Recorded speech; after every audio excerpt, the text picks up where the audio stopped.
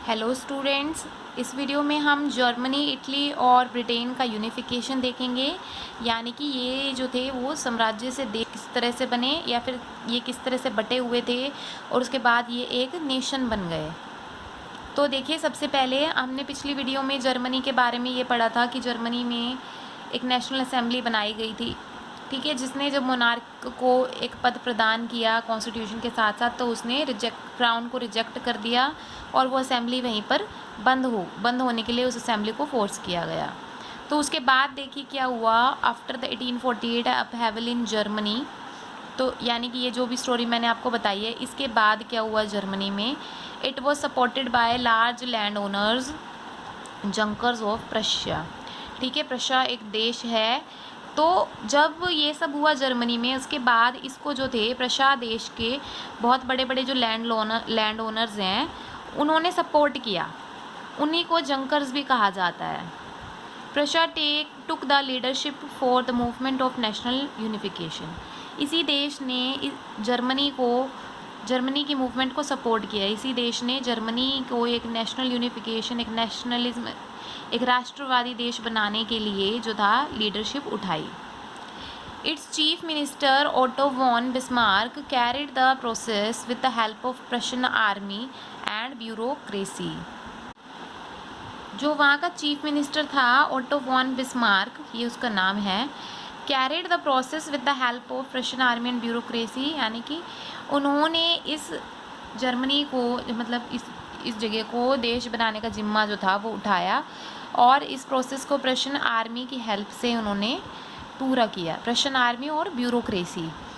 अब ब्यूरोक्रेसी देखिए क्या होती है।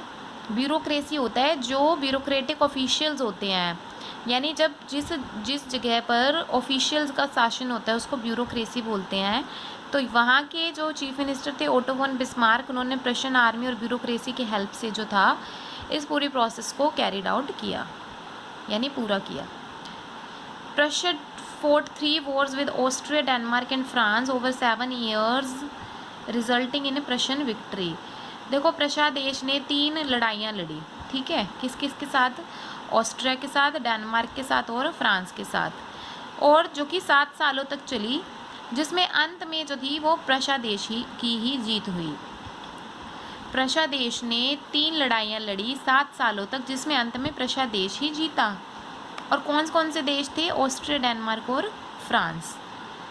Prussian king Kaiser William one proclaimed new German emperor in a ceremony held at palace of Versailles in 1871।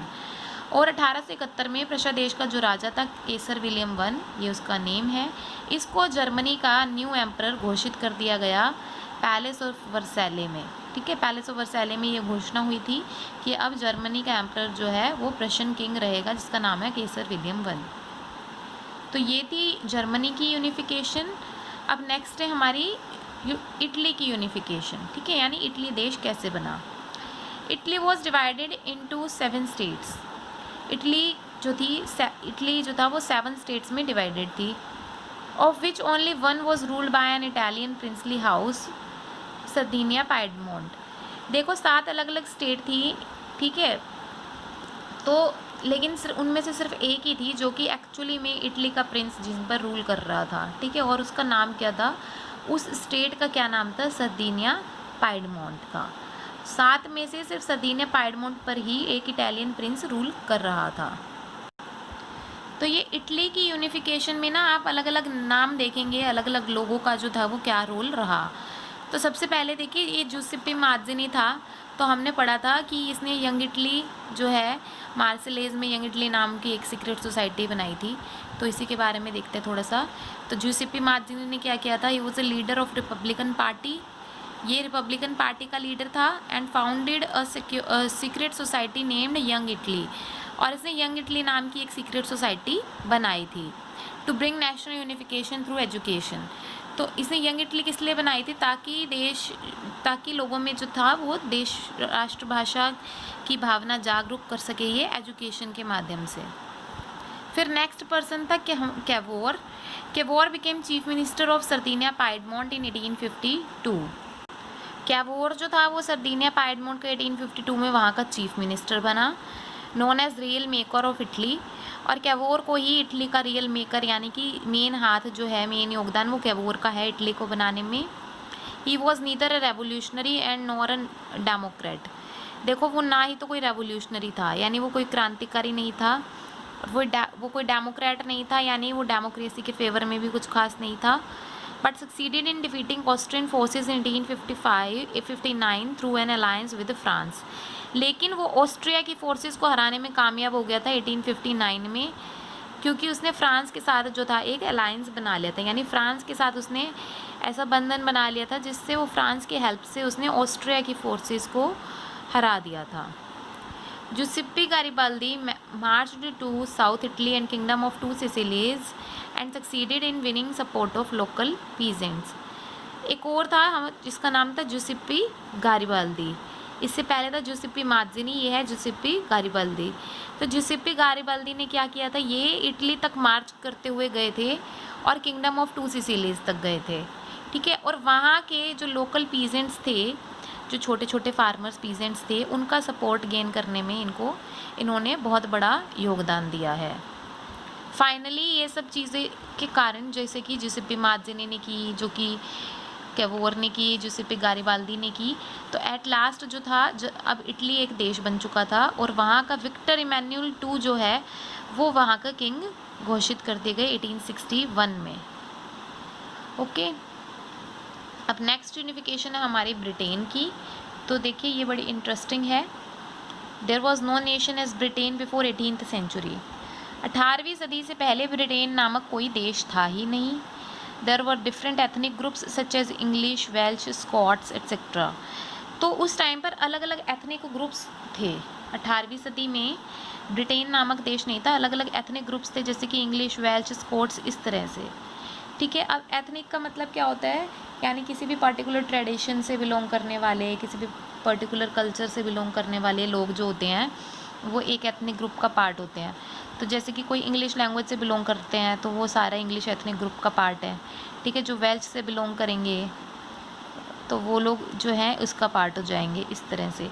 तो सब लोग जो थे वो अलग अलग एथनिक ग्रुप के थे, उनके अलग कल्चर्स थे और अलग ट्रेडिशंस थे।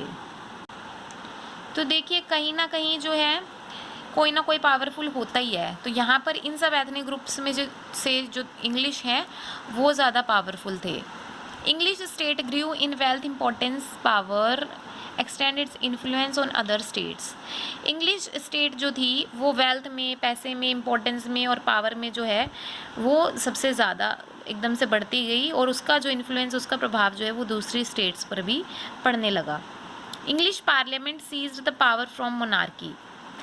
अब वहाँ पर जो पावर थी वो सारी इंग्लिश पार्लियामेंट के पास आ गई, जिससे उन्होंने जो था इंग्लैंड देश घोषित कर दिया। With the act of union 1707 England imposed it's power on Scotland, resulting in formation of United Kingdom of Great Britain. अब इंग्लैंड ने क्या किया, एक एक्ट ऑफ यूनियन है, ठीक है, जिसका मतलब क्या होता है, यानी एक एक्ट ऑफ यूनियन यानी कि दो देशों को मिलाने के लिए जो एक्ट लगाया जाता है। तो 1707 ने इंग्लैंड में स्कॉटलैंड पर ये लगा दिया और इंग्लैंड प्लस स्कॉटलैंड जो अब थे उनको United Kingdom of Great Britain कहा जाने लगा। Ireland was forcibly taken into United Kingdom in 1801।